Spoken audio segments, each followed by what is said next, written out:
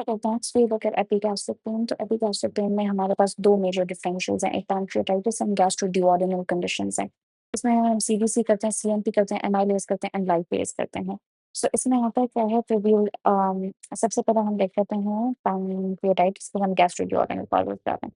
So for example, if there's sudden severe onset of epigastric pain, so that's usually an indication of pancreatitis, sudden onset or epigastric. Nausea, vomiting, chills, malaise, epigastric या diffuse है, abdominal distension है, rebound tenderness है या guarding है और इसमें अगर heavy alcohol use है, recent episode that usually leads to pancreatitis, ठीक है?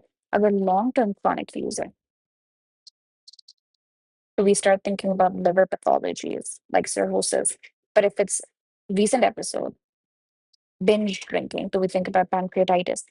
इसमें like leukocytosis हो सकता है and then LFTs deranged हो सकते हैं। इसकी खास बात ये है कि lipase और amylase ज़्यादा raised है। अच्छा, तो हम क्या करते हैं राइट अपर क्वाड्रेंट हम करते हैं अल्ट्रासाउंड एंड सीटी स्कैन, ठीक है? क्योंकि अल्ट्रासाउंड हम क्यों कर रहे होते हैं, मैंने कहा था ना गॉल ब्लैडर का वर्क देखने के लिए और anything related to the gall bladder.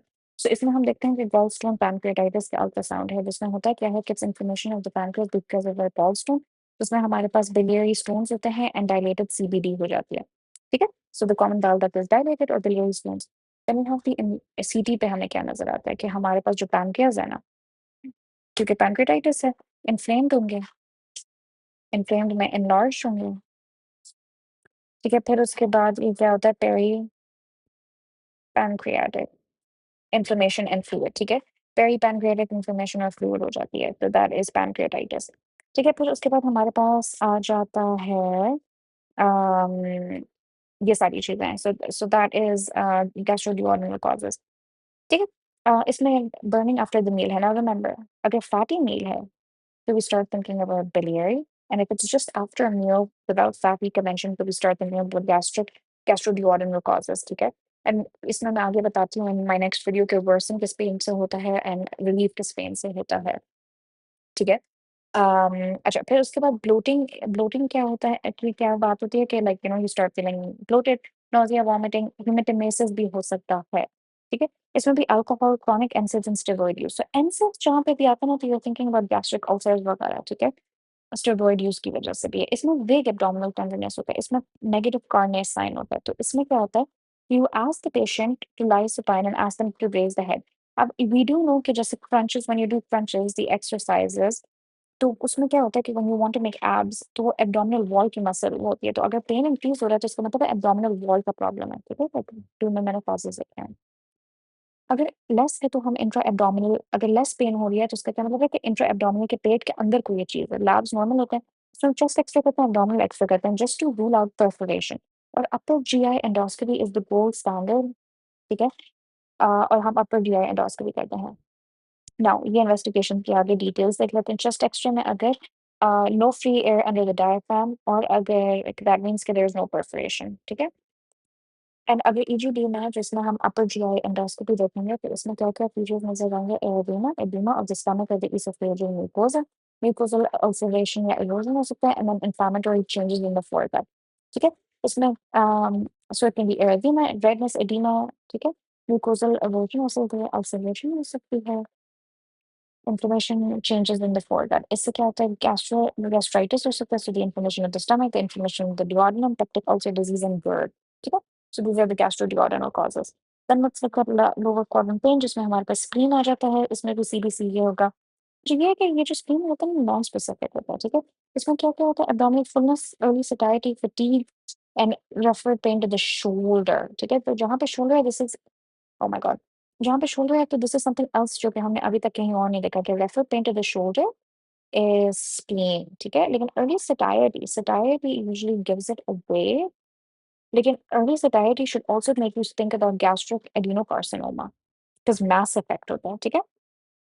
Endocarditis in recent travel is क्योंकि जो एंडोकार्डाइटिस है उसकी जो वेजिटेशंस हो सकें वो जाके स्प्लेनिक आर्टरीज में भी जाके सेटल कर सकें। रीसेंट ट्रैवल में हमने एक और जगह भी पढ़ा था कि लिवर में भी एक्यूट हेप में पढ़ा था हमने, ठीक है? एब्डोमिनल डिस्टेंशन या पाल्पेबल लोअर क्वाड्रेंट मास है, इसमें ल्यूकोसाइटोसिस होता है, थ्रोम्बोसाइटोपेनिया, ठीक है? इसमें हमने सब में बाकी जगहों पे ये वाला फीचर नहीं पढ़ा था, क्यों? क्योंकि हमें पता है कि जो प्लेटलेट्स होते हैं, स्प्लीन इनको डिस्ट्रॉय करती है, ठीक है?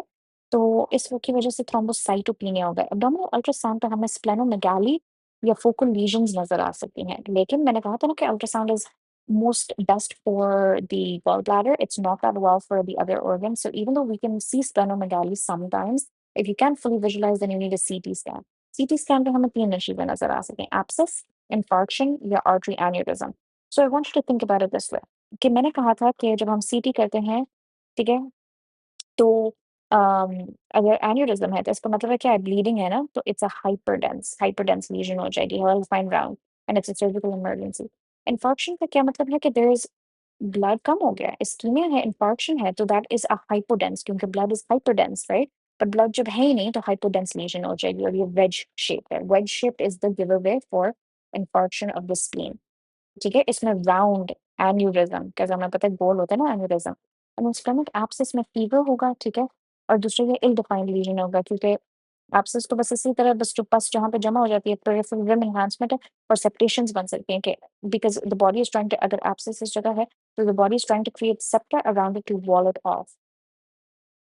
ठीक है? तो haematological disorders can also cause lower quadrant pain. क्यों?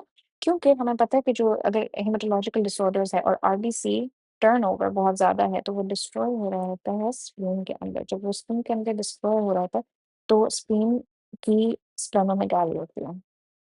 ठीक है? तो this leads to early satisfactory, abdominal fullness, shoulder roughness, pain, fatigue, weight loss, history of haematological.